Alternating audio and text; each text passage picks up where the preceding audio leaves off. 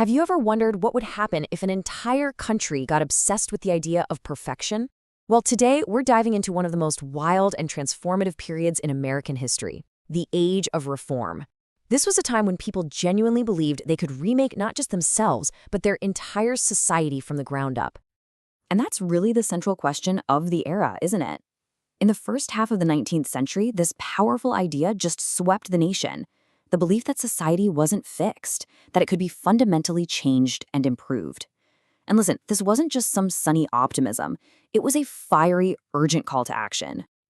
So, where did all this revolutionary energy come from? Well, it all started with a massive spiritual and philosophical shakeup. You had these two powerful and very different movements that kind of became unlikely partners, lighting the fuse for reform all across the country.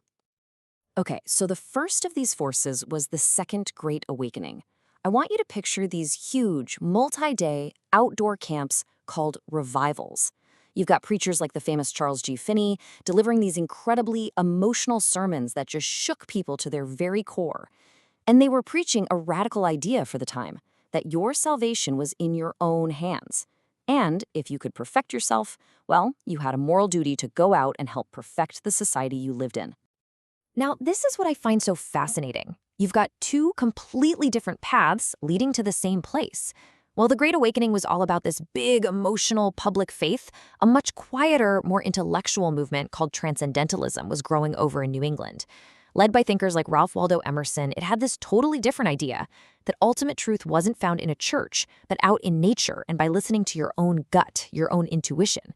But look at the overlap in their core ideas.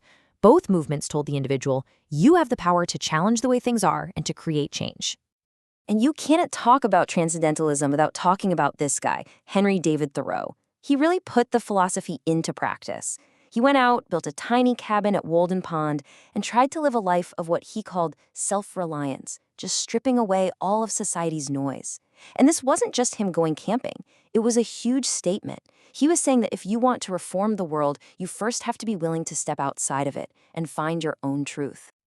So this new focus on individual power and making society better wasn't just some abstract idea people talked about. Nope.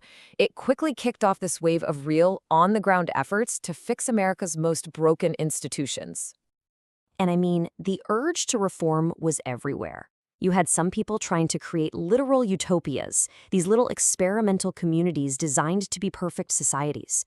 Others took on more practical problems. They demanded public schools for all kids, they fought for humane treatment for people with mental illness, and they exposed the absolutely horrific conditions inside the nation's prisons. And if you want a perfect example of how one determined person could spark massive change, look no further than Dorothea Dix.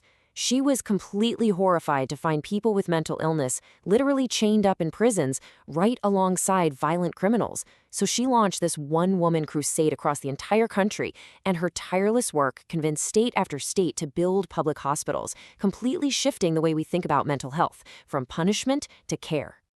But of all the problems in American society, two stood out as just the most glaring contradictions to this idea of a perfect nation.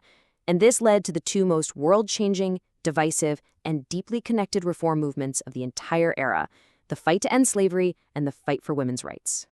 Now, the movement to end slavery, abolition, it wasn't exactly new, but during this period, it totally transformed. Fired up by the religious passion of the Great Awakening, abolitionists started to see slavery as more than just a political problem. They saw it as a deep national sin. And that moral belief demanded immediate action. Not slow, gradual change, but immediate, unconditional freedom for every single enslaved person. And you can really see things heating up here. The movement grew incredibly fast, but it also faced brutal opposition. In 1831, the very same year William Lloyd Garrison launched his fiery, uncompromising newspaper, The Liberator, Nat Turner led a slave rebellion that sent absolute shockwaves of fear through the South. But the voices for freedom only got louder, especially after Frederick Douglass, who had escaped slavery himself, emerged as this incredibly powerful speaker and writer. He gave the movement a moral authority that was just impossible to deny. And here's the number that puts it all into perspective. By 1830, there were 2 million enslaved people in the United States. 2 million. This wasn't some abstract political debate. This was a fight over the lives and the freedom of a massive and rapidly growing part of the American population. And here's where the story takes this fascinating turn, where these two movements connect. Women were really the backbone of the abolitionist movement. They were organizing, fundraising, and speaking out. But as they were fighting for the freedom of others, they were often told to be quiet, that they had no place speaking in public. And that experience of being silenced, it lit another fire. It was a real light bulb moment. They realized that to be truly effective reformers, they had to fight for their own rights too. This struggle all came to a head at the historic Seneca Falls Convention in 1848. Led by pioneers like Elizabeth Cady Stanton and Lucretia Mott, the people there drafted this bold declaration of women's equality. And they made a demand that was so radical, so out there for its time, that it was controversial even among themselves: suffrage, the right for women to vote. So while all these moral crusades were reshaping American society, a totally different kind of revolution was changing the economy.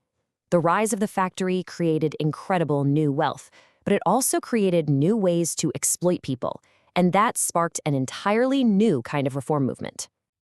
I mean, just look at how dramatic this shift was. Work used to be done in your home or in a small shop, right? You set your own pace. But the factory system just completely shattered that world. Suddenly, you have unskilled workers, many of them young women, packed into these massive, deafeningly loud mills where their entire day was controlled by the relentless rhythm of a machine. And this chart, wow, this tells the whole story. At the famous Lowell Mills, the owners tripled the amount of machinery over about 14 years. But the number of workers they hired to run all those new machines, that only went up by half. You don't have to be a math whiz to figure that one out. Every single worker was being forced to do way more work, way faster, and often for less pay. So, faced with wage cuts and just brutal working conditions, the Lowell Mill Girls, as they were called, did something absolutely revolutionary. They organized themselves and they went on strike. And even though these early strikes mostly failed, they were a huge landmark moment, a bold statement that workers had rights and that they were willing to fight for them. The fight was a long one, but in 1842, workers won a massive victory in the courts. The Massachusetts Supreme Court ruled in a case called Commonwealth versus Hunt that workers had a legal right to form unions and to strike. This was a game changer.